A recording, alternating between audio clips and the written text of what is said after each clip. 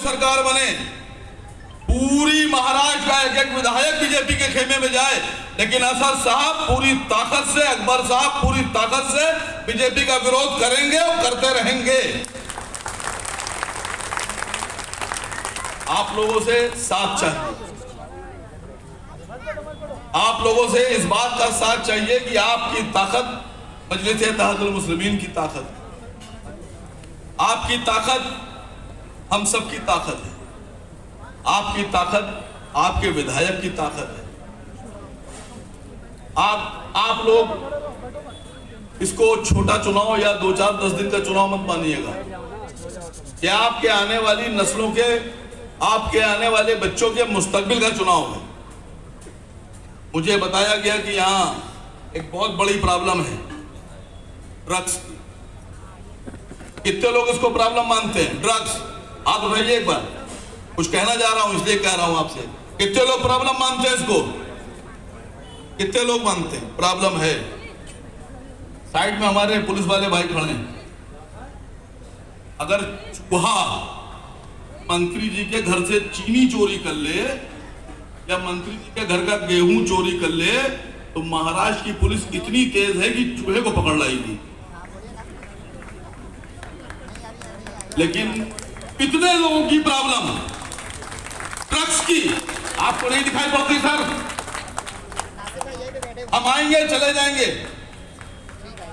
मैं आपके जरिए से मंत्री तक आवाज पहुंचा रहा हूं, आपके कमिश्नर तक आवाज पहुंचा रहा हूं।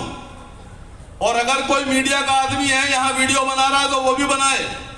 मैं आप लोगों से फिर कह रहा हूं, इधर देखिए भाई मेरे पुलिस वाले सब, क्या ड्रग्स प्रॉब्लम है? ड्रग्स खत्म होना चाहिए। कैसे खत्म होगी? विधायक बदलिए, ये विधायक बदलिए। और जब ये विधायक बदलेंगे तो विधायक की इतनी पावर होती है कि वो इनको भी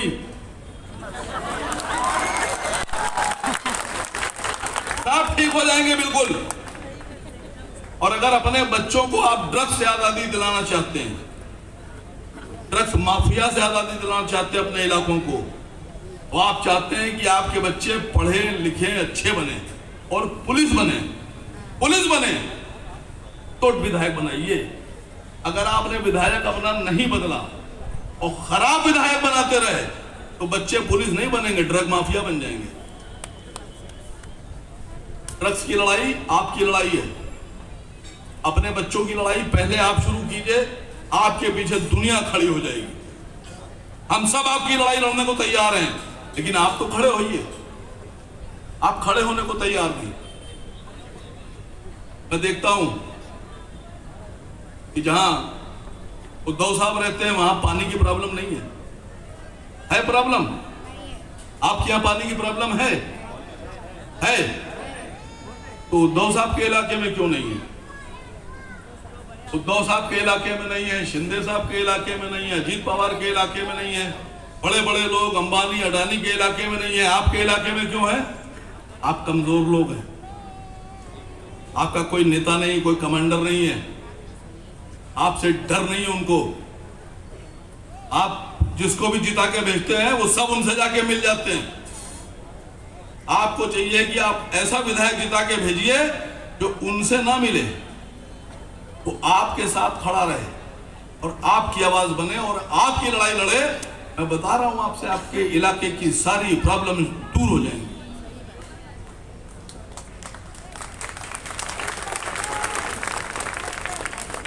ये ताली तब बढ़िया लगेगी जब 23 तारीख को रईस लश्करिया साहब का नाम मैं टीवी पे सुनूंगा। अब ये आप लोगों को पर है कि आप लोग टीवी पे रईस लश्करिया साहब का नाम सुनवाएंगे हमें या नहीं सुनवाएंगे? सुनवाएंगे? दिल से बोलिए। मैं एक बड़ी मजेदार बात बोलूंगा।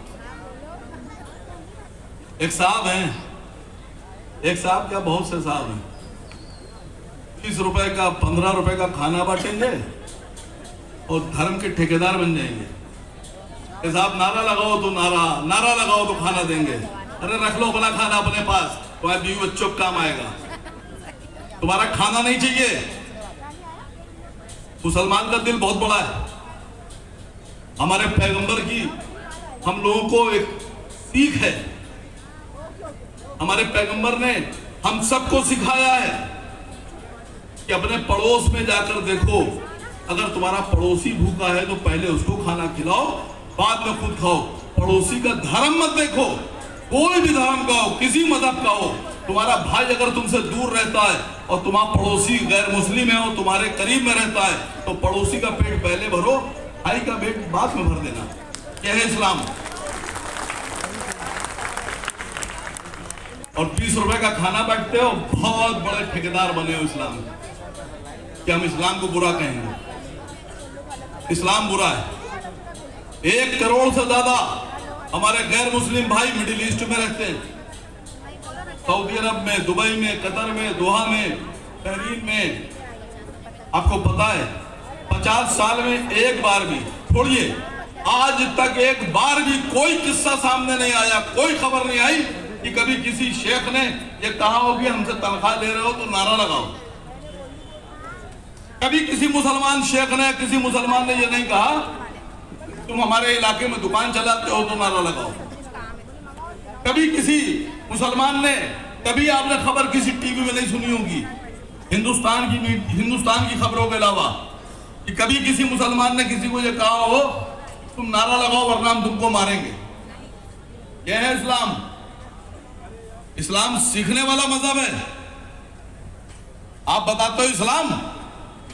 जिस वक्त सऊदी अरब में बच्ची को पैदा होते ही जिंदा गाड़ दिया जाता था, बच्चियों को जीने का हक नहीं था, पैदा हुई जिंदा गाड़ दिया, उस वक्त रसूल अकरम सल्लल्लाहु अलैहि वसल्लम ने यह कहा था कि अपनी बेटियों को पढ़ाओ, अपनी बेटियों को जीने का हक दो।